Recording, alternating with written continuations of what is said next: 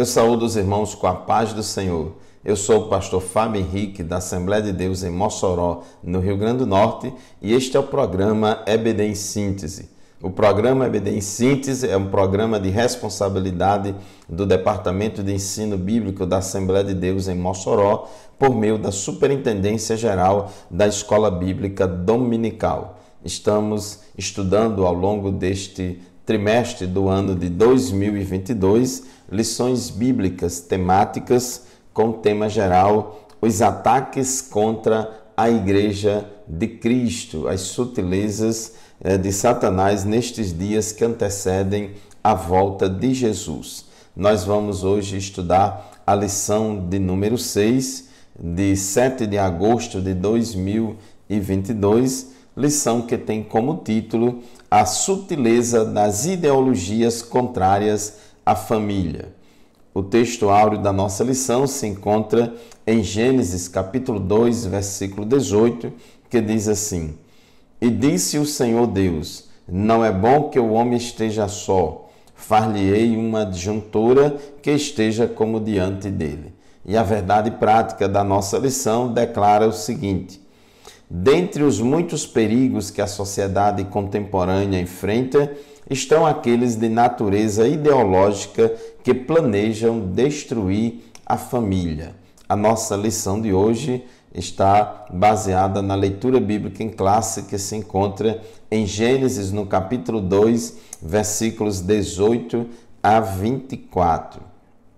Este é o nosso assunto de hoje e convidamos todos os professores de escola dominical, superintendentes de escola dominical, todos os irmãos e as irmãs a estudarem a palavra de Deus na escola dominical. Nós, nesta lição de hoje, vamos aprender que a família é uma instituição divina, é um projeto especial de Deus, e Deus é o criador da família, e na sua soberania ele criou a família e estabeleceu os fundamentos para a família, que é a célula mãe, a célula máter da sociedade. E estabeleceu que a família ia começar, o início da família se dá por meio do casamento monogâmico, heterossexual, indissolúvel. E o nosso comentarista aqui, ele traz um aspecto muito importante, que é a questão da confessionalidade. Então nós devemos entender que a família, como instituição divina, ela deve seguir os planos de Deus. E o manual da família é a Bíblia Sagrada, a palavra de Deus. Então, esses fundamentos sobre os quais está constituído o casamento e, consequentemente, as famílias, são importantes, são valores que blindam a família contra as sutilezas de Satanás, que afronta e se levanta cada vez mais contra as famílias. Nós vamos, no tópico 1 da nossa lição, abordar a família como um projeto especial de Deus.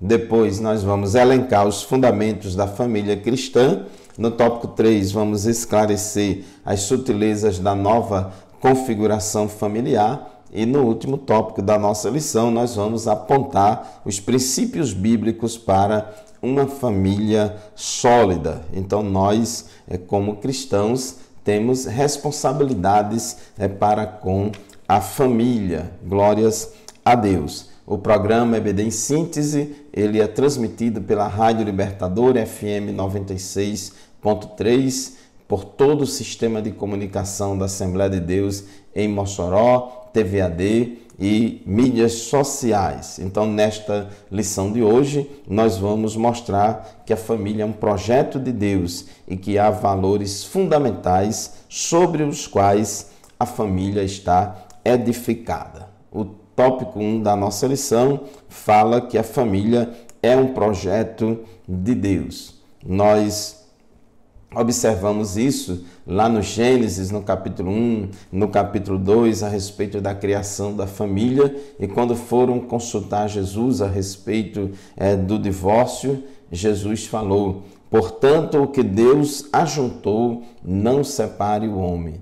Então, Jesus, quando ele faz essa declaração, ele não somente se pronuncia contra o divórcio, mas com esta fala, Jesus reconheceu que a família é uma instituição divina. Então, quando ele diz o que Deus juntou, então o casamento, a união entre um homem e uma mulher, no casamento é uma união divina, é uma união aprovada por Deus, que é da vontade de Deus. Então foi Deus e não o homem quem criou a família. Então esse fato mostra a importância que a família tem no projeto de Deus para a humanidade. Deus tem um projeto para a humanidade e nele Deus inclui a família. Então é importante nós entendermos isso. A família é considerada a célula máter da sociedade, a célula mãe da sociedade é a família. A igreja é constituída de famílias, a sociedade é constituída de famílias. Quando as famílias vão bem, a sociedade vai bem. Quando as famílias vão bem, a igreja vai bem. Então, o que acontece na família reverbera em toda a sociedade. A família é a primeira instituição criada por Deus, estabelecida por Deus aqui na terra, lá no Éden, quando Deus fez o casamento de Adão e Eva. E diz a Bíblia em Gênesis 2:24, está aqui na nossa leitura bíblica em classe: portanto, deixará o varão o seu pai e a sua mãe, e apegar-se-á a sua mulher, e serão ambos uma carne. Então, ambos serão uma só carne. Então, a família tem esse princípio lá no Gênesis. A desagregação da família moderna está no topo dos principais problemas sociais ora presenciados. Nós sabemos que é uma família que sofre dos mais variados problemas e ela se desagrega, se desintegra por meio do divórcio, por meio da violência, por meio do abuso, por meio dos vários problemas que assolam relacionamento entre irmãos, relacionamento entre pais e filhos, relacionamento entre cônjuges. Então, pessoas que sofrem problemas nas famílias, isso muitas vezes se reflete na vida das pessoas no âmbito fora da família. Então, nós acreditamos e pela palavra de Deus e pela própria experiência que quando as famílias vão bem, a sociedade também vai bem. Então isso é muito importante. O tópico 2 da nossa lição fala sobre fundamentos da família cristã. Então nós já lemos aqui Gênesis 2:24, portanto deixará o varão ou o homem, o seu pai e a sua mãe, e unir-se-á a sua mulher, e ambos serão uma só carne. Então, o casamento ele é monogâmico e heterossexual. O que é que significa isso? A palavra monogâmico significa mono vem de um. Então, casamento monogâmico refere-se a um só homem casando com uma só mulher. Uma só mulher casando-se com um só homem. Então, esse é o casamento monogâmico. A monogamia se contrapõe à poligamia. A poligamia é quando um homem é casado com mais de uma mulher ou uma mulher é casada com mais de um homem. Isso nunca foi projeto de Deus, nunca foi incentivado por Deus. Então, o projeto de Deus é a monogamia. O indivíduo só pode ter um cônjuge. A poligamia deve ser rejeitada como uma forma distorcida e pervertida da construção familiar. Inclusive, a gente vê no Antigo Testamento que alguns homens e algumas famílias tiveram esse problema de poligamia, que era muito comum no Antigo Oriente Próximo, na época do Antigo Testamento, mas Deus nunca aceitou, Deus nunca aprovou esse tipo de comportamento, e ao longo da revelação bíblica, que ela é progressiva ao longo do tempo, Deus foi cada vez mais rejeitando e proibindo esse tipo de relacionamento chamado de poligamia, né? Então Jesus ele vai lá para o Gênesis falando, né, sobre o casamento monogâmico. Meus irmãos, chegamos ao final do primeiro bloco do nosso programa de hoje. Vamos fazer um intervalo. Já já a gente volta para o segundo bloco do nosso programa. Continue conosco.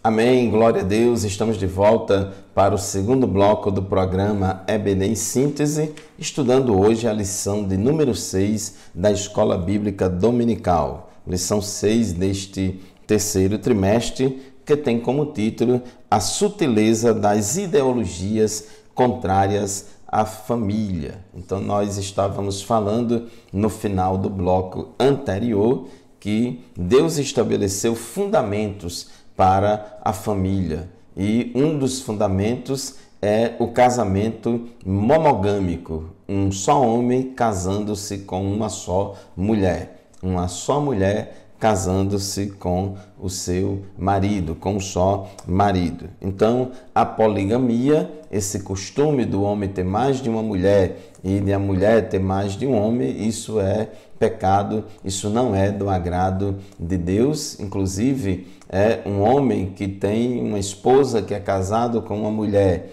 e tem relacionamento com outra mulher, ele está em adultério, ele está cometendo adultério, porque qualquer relação sexual fora do casamento é adultério. E isso é uma das principais sutilezas do diabo para destruir as famílias. Uma das maiores causas de destruição das famílias é o adultério. Sempre foi no passado e é no presente uma das causas mais frequentes de destruição das famílias, a infidelidade conjugal. Além do casamento monogâmico, outro fundamento do casamento, de acordo com a vontade de Deus, é que o casamento seja heterossexual, ou seja, é uma mulher casando-se com um homem e um homem casando-se com uma mulher. Nunca uma mulher casando com mulher ou um homem casando com homem. Então, quando Deus criou o primeiro casal, Deus os chamou macho e fêmea. Então, é o que nós observamos em Gênesis, capítulo 1, versículo 27. Deus, a Trindade, segundo o conselho divino, se reuniu e decidiram, façamos o homem conforme a nossa imagem, conforme a nossa semelhança. E a Bíblia diz que criou Deus, o homem, a sua imagem e semelhança, macho e fêmea os criou. Macho e fêmea os criou. Então a Bíblia chama muita atenção dessa distinção entre os sexos. Sexo masculino, sexo feminino, macho e fêmea. Deus não criou um terceiro sexo, Deus não criou aí uma dezenas de gêneros. Deus criou homem e mulher, sexo masculino, sexo feminino, determinado biologicamente no DNA. No par de cromossomos XY determina o sexo masculino e o par de cromossomos XX determina o sexo feminino. Então isso é a natureza, foi assim que Deus criou. Por isso Jesus disse que Deus criou homem e mulher. Lá em Mateus, no capítulo 19, versículo 4. É interessante que Jesus ele cita o Gênesis. Jesus apoia o Gênesis, e quando trata de casamento, Jesus vai lá para as origens. Então, essa questão do casamento monogâmico e heterossexual, isso é muito antes da lei, está acima da questão de leis cerimoniais ou coisa de qualquer cultura. É algo que Deus faz questão. Então, esse casamento é heterossexual entre homem e mulher. Isso mostra que o gênero é baseado no sexo biológico. Não há um terceiro sexo. Não existe na natureza, né, não existe na biologia um gene gay. Não existe na biologia nenhum determinismo genético para uma pessoa não se assumir homem ou mulher. E a ideologia de gênero, ela prega muito esse aspecto de que a pessoa pode viver uma sexualidade descolada do sexo biológico e propaga essa ideologia que faz com que muitas pessoas, né, fiquem confusas e alguns adolescentes, alguns jovens e até adultos, algumas pessoas que têm corpo de homem, que nasceu homem, fica dizendo que se sente mulher, e mulheres dizendo que se sentem homens, ao ponto de dizer alguns, né, que eu sou uma mulher dentro do corpo de um homem. Outros dizem, eu sou um homem dentro do corpo de uma mulher, como se a natureza errou, como se Deus errou as coisas, né? Então isso não tem base bíblica e é contra a natureza criada por Deus. Outro fundamento importante do casamento, além de ser monogâmico e heterossexual, o casamento que agrada a Deus e que é fundamentado na vontade de Deus é o casamento indissolúvel.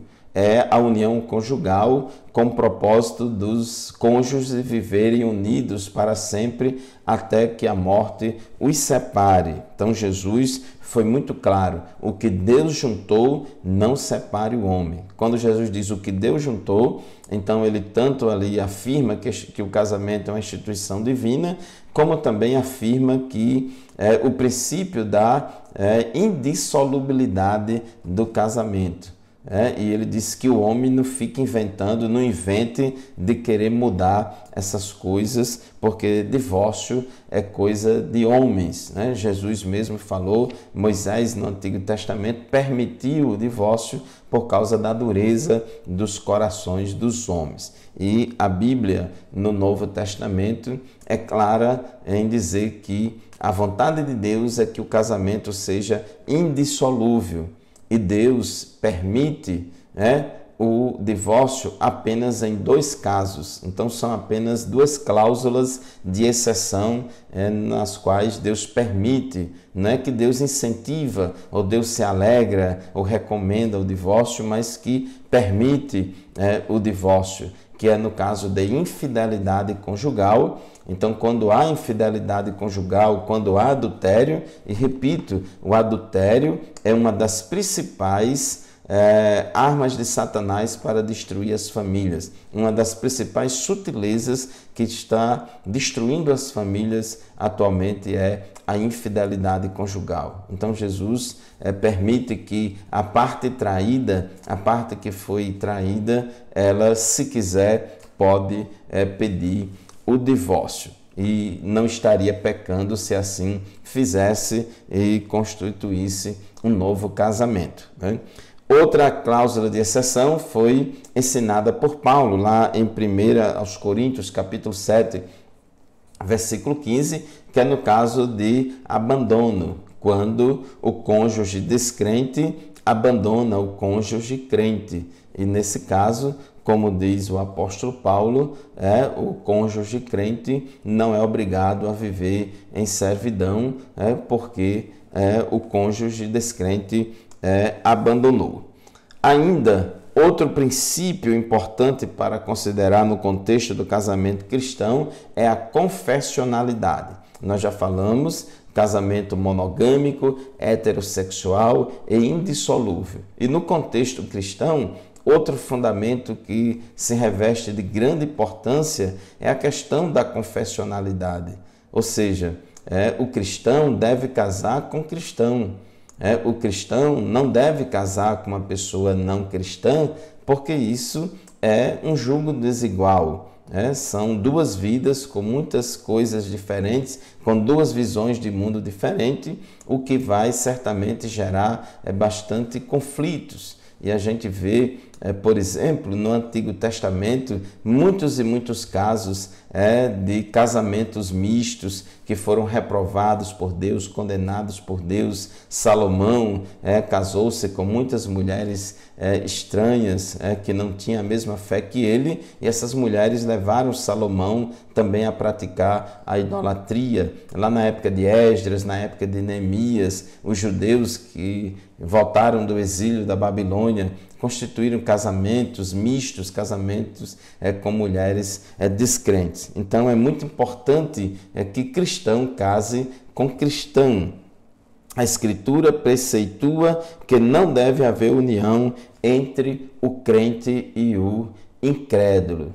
Então a Bíblia diz: não vos ponhais a um jugo desigual com os incrédulos, porque que comunhão há entre a luz e as trevas? Então isso é muito importante. Agora, se a pessoa casou quando não era crente, se tem um casal descrente e depois que já são casados, um deles se converter à fé cristã, então o casamento não pode e não deve ser desfeito por causa disso. Então o irmão crente ou a irmã crente, que seu cônjuge não é crente, não deve pedir divórcio, não deve abandonar o casamento. A Bíblia recomenda em 1 aos Coríntios, capítulo 7, que o cônjuge crente deve orar pelo cônjuge descrente, dar bom testemunho, viver uma vida santa para ganhar o seu cônjuge para Jesus. Então isso é importante.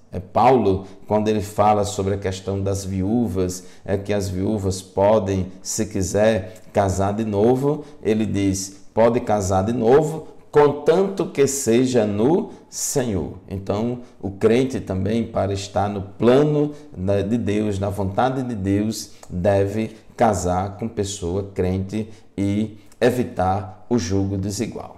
Muito bem, meus irmãos, chegamos ao final de mais um bloco do programa EBD em Síntese. Vamos fazer um intervalo, daqui a pouco a gente volta. Continue conosco.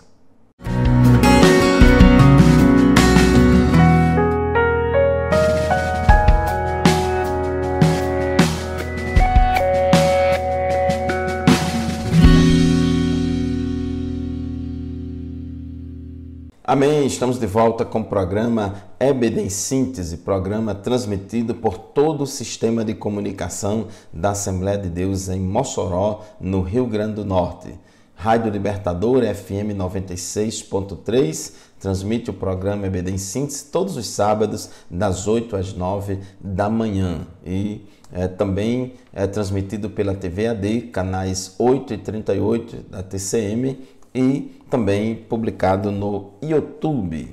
Nós estamos estudando hoje a lição de número 6, lição esta que tem como título A Sutileza das Ideologias Contrárias à Família. E aqui no tópico 3 da nossa lição fala da sutileza da nova configuração familiar. Então nós observamos toda uma mudança na sociedade. É preciso entendermos que o mundo jaz no maligno, o mundo se opõe a Deus e o mundo não é guiado pelos valores cristãos. E no mundo tem surgido e sido incentivado cada vez mais o casamento entre pessoas do mesmo sexo, o chamado casamento gay ou casamento homoafetivo. Inclusive aqui no Brasil não existe nenhuma lei aprovada no Congresso Nacional que reconheça o casamento homoafetivo. O Congresso Nacional brasileiro nunca legislou reconhecendo o casamento homoafetivo. Porém, o Supremo Tribunal Federal, em maio de 2011, reconheceu a união homoafetiva como núcleo familiar, como qualquer outro. E depois, naquele mesmo ano, o Superior Tribunal de Justiça determinou que o mesmo reconhecimento se aplicava para os casamentos. E para evitar a falta de reconhecimento dos cartórios, o Conselho Nacional de Justiça publicou uma resolução em que regulamentava os trâmites para realização do casamento gay nos cartórios, e também nessa resolução proibindo os cartórios de rejeitar vamos dizer assim, a oficialização do casamento homoafetivo, como também essa resolução favorece também a conversão da união estável homoafetiva em casamento. Essa nova configuração familiar, dada pela justiça brasileira e não pelas leis, é importante que a gente entenda isso. Quem deve fazer as leis é o legislativo. A justiça não é para fazer lei. A justiça não tem competência de elaborar leis. Então, o ativismo é tão grande, o ativismo gay é tão grande na sociedade que eles entram na justiça e conseguem que o judiciário fique inventando leis que nunca foram criadas delo legislativo. Eles acham brechas na lei, brechas na Constituição, porque através desse artifício eles rejeitam à prova tudo que eles quiserem. E assim já é uma realidade no Brasil desde o ano de 2011, já há 11 anos atrás, já há 11 anos que é uma realidade o casamento homoafetivo no Brasil, legalmente reconhecido pela justiça. Outra sutileza da nova configuração familiar é a sexualidade não binária. Uma pessoa não binária é aquela que não se percebe como pertencendo a um único gênero. Nesse aspecto, ela acredita que a expressão de gênero não se limita ao sexo masculino e feminino. Então, uma pessoa não binária, ela pode achar que não é homem ou mulher. Nesse caso, teria uma ausência de gênero, ou ainda pode achar que é as duas coisas ao mesmo tempo. Então, isso significa que, mesmo tendo órgão genital de determinado sexo, não se reconhece dentro desse gênero. Então, isso cria uma confusão muito grande na mente das pessoas, dos adolescentes, dos jovens, dos adultos, uma confusão muito grande na sociedade, e muitas pessoas vão contra a própria natureza. E aí a gente vê muitas vezes meninos, rapazes, homens dizendo: eu sou uma mulher que nasci no corpo de um homem. E às vezes a gente vê meninas, moças ou mulheres dizendo que eu sou um homem que nasci no corpo de uma mulher. É como se a natureza tivesse errado, como se Deus tivesse errado nas coisas. Então isso causa uma confusão muito grande na mente e na cabeça das pessoas, e não é fácil para uma pessoa querer ir de contra a própria natureza, porque a natureza dela nasceu homem, sexo masculino, e ela querer mudar e viver como se fosse mulher. Então isso, imagino que é um sofrimento grande, porque vai de encontro à natureza. De acordo com os valores cristãos bíblicos, a sexualidade da pessoa tem que estar de acordo com o sexo biológico. Então, homem tendo atração e casando-se com mulher, e mulher tendo atração e casando-se com homem. Então isso é o que diz a natureza. Inclusive lá em Romanos, no capítulo 1, versículos 26 a 28, a Bíblia condena a relação homoafetiva, a Bíblia condena a homossexualidade como um pecado grave, e diz que isso é uma relação antinatural. São relações antinaturais que são contrárias à natureza. O tópico 4, princípios bíblicos para uma família sólida.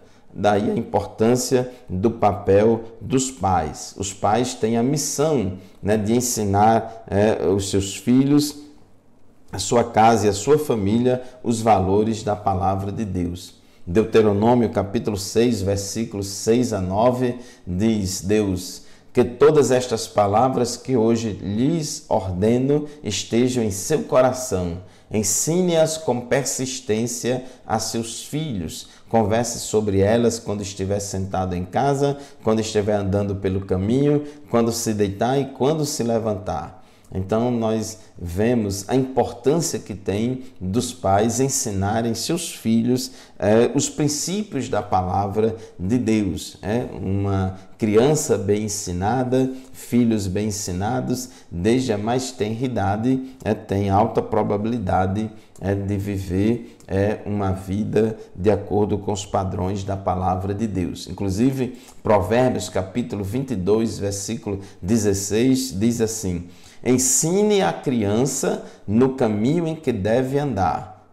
Então, é para ensinar tanto ao menino como à menina. Ensine a criança no caminho em que deve andar. Não é no caminho em que ela quer andar. Não é ensinar a criança no caminho que ela acha que deve andar, mas é ensinar a criança no caminho em que ela deve andar. E os pais, eles têm essa responsabilidade de Deus e essa autoridade de Deus para ensinar os seus filhos a respeito de sexo e sexualidade. Então, o Estado, a escola e a sociedade não podem ter preferência na educação sexual das crianças em relação aos pais. Os pais é quem tem que ensinar e educá-los nessa área. Então, ensine a criança no caminho em que deve andar e ainda quando for velho, não se desviará dele. A educação dos filhos deve tomar como princípios os valores ensinados na palavra de Deus, na Bíblia Sagrada. A Bíblia diz em Efésios 6:4: e vós, pais, não provoqueis a ira vossos filhos, mas criai-os na doutrina e na admoestação do Senhor. Então, os pais têm o dever de ensinar os princípios da palavra de Deus aos seus filhos, Então, quando os pais têm compromisso com a família, em ensinar os valores cristãos, viver e praticar os valores cristãos dentro da família, aquele menino, aquela criança nasce bem orientado, nasce e cresce e se desenvolve de uma forma sadia, conforme a vontade de Deus. E, por último, o papel da igreja é muito importante. A igreja, que é uma extensão familiar, é bem mais ampla, já que é constituída de várias famílias. A igreja deve funcionar e atuar como uma entidade terapêutica, onde a família pode ser curada, onde a família pode ser orientada. Louvamos a Deus pelos departamentos de família que tem nas mais variadas igrejas, nos seminários de família, em todos os trabalhos de orientação de casais, de filhos, cursos de noivos, enfim, todas as atividades que são realizadas na igreja para ensinar os princípios da palavra de Deus e a vontade de Deus para a família. Uma família cristã sadia tem na igreja uma forte base espiritual. A igreja faz parte de sua vida. Isso significa que uma família forte faz parte ativamente da igreja. Evidentemente que os filhos devem ser criados nesse contexto onde os valores cristãos são transmitidos. É fundamental que a família não seja desigrejada. Pais e filhos, cônjuges, irmãos, toda a família é importante que caminhe para a casa do Senhor. Através da escola dominical, dos cultos de ensino, das palestras e das demais atividades de ensino e de instrução, isso vai contribuir para a edificação da família, dos lares e das pessoas. O menino Jesus, ele foi criado frequentando o templo e as sinagogas. Você, pai, você, mãe, também caminhe para a casa do Senhor. Vá para a casa do Senhor com os seus filhos e vá para a escola dominical. A escola dominical tem classes de escola dominical para crianças e adolescentes e jovens e adultos, pessoas das mais diferentes faixas etárias, porque a igreja deve assumir esse compromisso da educação cristã, de ensinar a palavra de Deus a todos os seus membros e congregados. Muito bem, meus irmãos, assim chegamos ao final de mais um programa EBD em Síntese. Nós agradecemos a vocês pela audiência. Continue nos acompanhando, frequente a escola dominical da sua congregação. Este programa e nenhum outro substitui a aula presencial lá na nossa congregação, estudando a palavra de Deus juntamente com os nossos alunos e professores. A paz do Senhor e até o próximo programa, se Deus quiser.